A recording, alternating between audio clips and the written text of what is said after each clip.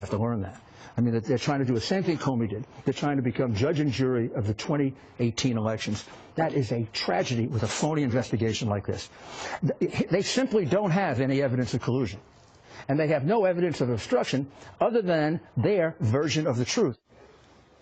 That was the attorney for President Rudy Giuliani weighing in on this never-ending Mueller probe. Meanwhile, earlier today, Fox News contributor, former assistant United States attorney for the Southern District of New York, Andy McCarthy, put out this incredible piece. Robert Mueller shouldn't even ask Trump for an interview. He joins us now, along with the author of the bestseller, The Case Against Impeaching Trump, which I am very fond of this book, along with Judge Piro's book and Greg Jarrett's book. The three of them are all worth a great read. Harvard Law professor Alan Dershowitz.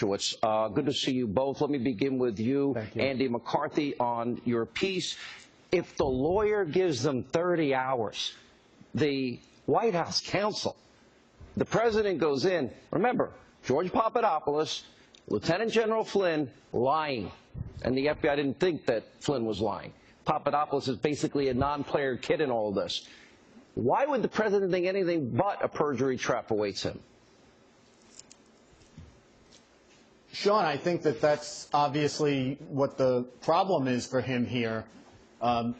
We have a history of this investigation where, you know, one person remembers something one way, somebody else remembers it a different way. Same thing happened with General Flynn. You know, first they decide he's telling the truth, then they decide that he's not. 30 hours of conversation about what the president was saying and what he was thinking in connection with the very actions that Mueller is looking into.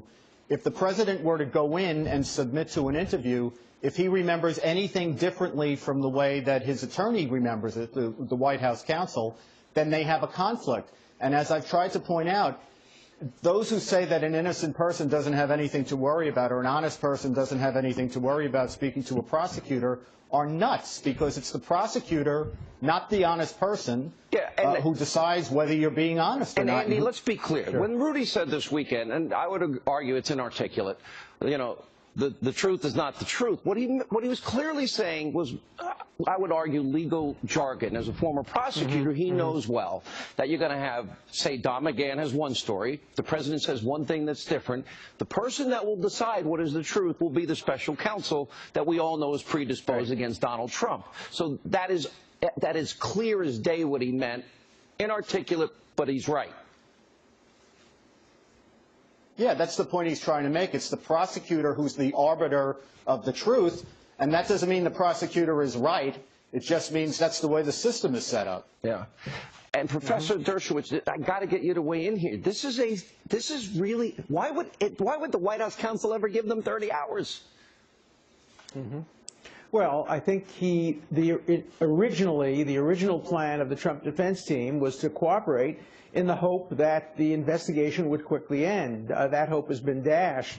But going back to Rudy Giuliani for a second, I have an article on Gatestone today in which I say, when the truth isn't the truth, making exactly the same point that Andy made, a point that I've been making now for 3 months, that in order to fall into a perjury trap, all you need is one witness who contradicts one statement that the person says to the prosecutor. That witness can be somebody who is singing, composing, who has flipped, who has a deal, who's been told either you're going to die in prison or you're going to tell us what we want to hear.